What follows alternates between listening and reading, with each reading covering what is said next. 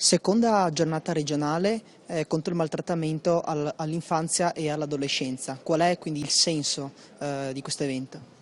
Il senso è quello di sensibilizzare, promuovere l'attenzione verso i diritti dei minori e riportare una programmazione adeguata e appropriata rispetto alle iniziative e ai progetti che possono esserci nel territorio per affrontare il disagio, il maltrattamento e le condizioni di disagio che affrontano le famiglie in cui si trovano tanti minori nel Veneto, che sono parecchi, sono centinaia, sono migliaia, che si trovano in situazioni di emergenza e di aiuto e di necessità di aiuto da parte dei servizi e delle comunità locali. Ci sono molte situazioni che sono seguite dai servizi sociali e sociosanitari che non hanno questa, come dire, etichetta di maltrattamento, ma che sono in situazioni di grave disagio e necessitano di sostegni, di aiuto, di opportunità, di servizi che abbiano le risorse per poter prendere in carico e curare queste situazioni. Il Comune di Padova è impegnato quotidianamente nel sostegno dei minori e degli adolescenti attraverso varie attività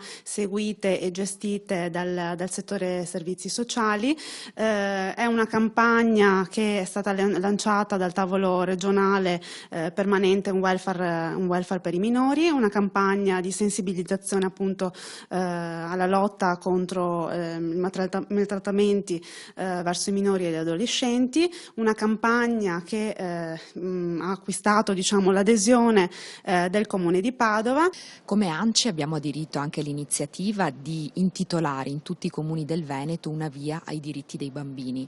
Questo è un modo proprio per diffondere la sensibilità nei confronti di coloro che hanno bisogno di protezione, che le istituzioni devono proteggere e soprattutto che devono trovare delle famiglie all'interno delle quali sentirsi accolti, protetti, accuditi, e le istituzioni saranno anche per quello, per dare un sostegno alle famiglie. La volontà appunto è stata quella di presentare ai vari comuni del Veneto l'opportunità di intitolare una via proprio destinata ai bambini e ai loro diritti. È un'opportunità che è stata accolta dall'ANCI, che è l'associazione dei comuni, e che l'ANCI appunto sostiene.